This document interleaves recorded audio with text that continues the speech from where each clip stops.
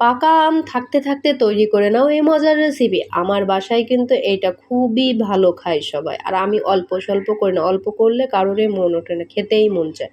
এখানে কিছু সাবু আমি ভিজিয়ে নিয়েছি, যতটুকু সাবু অতটুকু জল দেওয়ার। এখানে বাড়তি সাবুটাকে এখন সিদ্ধ করে নেব বেশি পরিমাণে জল দিয়ে। সিদ্ধ হয়ে গেলে জল ঝরিয়ে ঠান্ডা জল দিয়ে ধুয়ে জল ছেঁকে নিব। এখানে দুধ জাল দিয়ে দিয়েছি, গুঁড়ো দুধ আর এমনি তরল দুধ একসাথে মিশিয়ে যে সাবুটা ভিজিয়ে রেখেছিলাম, সাবুটাকে চটকিয়ে একটু ফুড কালার দিয়ে গোল গোল করে দুধের ভিতরে দিয়ে দিব পরিমাণ মতো চিনি, যে যেমন মিষ্টি খেতে চাও। আমি একটু অল্প চিনিই দিব।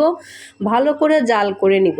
এখন এখানে 3টা আম নিয়েছি, আমগুলোকে ভালো করে ধুয়ে কেটে পিস পিস করে আমি এখন চামচ দিয়ে আমগুলোকে একসাথে তুলে নিব।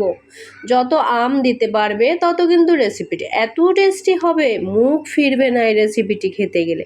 এখন দুধটাকে আমি জাল করে নিয়েছি, যে সাবুটা সিদ্ধ করে রেখেছিলাম, সিদ্ধ সাবুটা দিয়ে আরও কিছু সময় মিশিয়ে রান্না করে নিব বেশ কিছু সময় ধরে, ঘন হওয়া পর্যন্ত। এখন আমি নামিয়ে ঠান্ডা করে নিচ্ছি। দেখো, এই যে আমার রেসিপিটা কিন্তু প্রায় কমপ্লিট, কিন্তু পুরো ভিডিওটা দেখো। এখন নামিয়ে গুঁড়ো দুধ দিয়ে দিলাম, 1 চামচের মতো গুঁড়ো দুধ দিয়ে ভালো করে মিশিয়ে নিব, যাতে কোনো দলা পাকিয়ে না থাকে। দলা পাকিয়ে থাকলে ভালো লাগবে না। এখন এর ভিতরে দিয়ে দিব কেটে রেখেছিলাম যে আমগুলো দিয়ে ভালো করে মিশিয়ে আমি নর্মাল ফ্রিজে রেখে দিব 10 মিনিটের জন্য। ঠান্ডা ঠান্ডা এই সাবু আমের ডেজার্টটি এত স্বাদ লাগে, তোমরা একবার হলেও ট্রাই করো, প্রতি বছর খেতে